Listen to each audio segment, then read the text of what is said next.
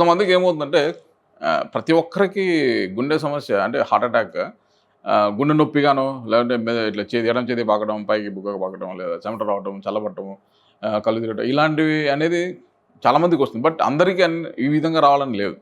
కొంతమందికి ఇప్పుడు డయాబెటిక్స్ ఉన్నారనుకోండి సపోజ్. అంటే మధుమేహ వ్యాధి ఉన్న వాళ్ళకి ఏటిపికల్ ప్రెజెంటేషన్స్ ఉంటాయి. దాన్ని యాంజైనా ఈక్వలెన్స్ అంటాం. యాంజైనా ఈక్వలెన్స్ అంటే నాట్ నెసెసరీ వాళ్ళకి గుండె నొప్పి రావడం, ఆయాసం రావడం రాకుండా పొట్టలో నొప్పి రావటం, తర్వాత ఎపిగాస్ట్రిక్ పెయిన్, పొట్టలో నొప్పి తిప్పటం, వాంతి రావడం, లేదా చెమట పోసి విరేచం పాస్ చేయడం, దానివల్ల ఒక కైండ్ ఆఫ్ రిలీఫ్ రావడం అనేది జరుగుతూ ఉంటుంది.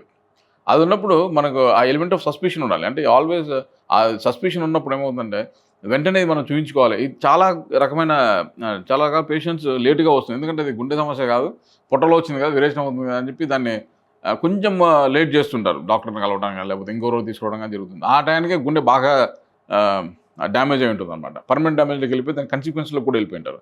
ఇది తెలుసుకునే మనం ఎంత తొందరగా డాక్టర్‌ని కలవడం, లేదా కార్డియాలజిస్ట్‌ని కలవడం చేసుకుంటే డెఫినిట్‌గా ఒక సంబంధం ఉందా అంటే డెఫినిట్‌గా ఉంది. ఇప్పుడు మనకు ఏటిపికల్ ప్రెజెంటేషన్స్ లేదా యాంజైనా ఈక్వలెన్స్ అంటాం. ఇది డయాబెటిక్స్‌లో మోర్ కామన్‌గా ఉంటుంది. ఎందుకంటే వాళ్ళకి నొప్పి అనేది సహజంగా రాకపోవచ్చు. అందరికి కాదు కానీ చాలా వరకు.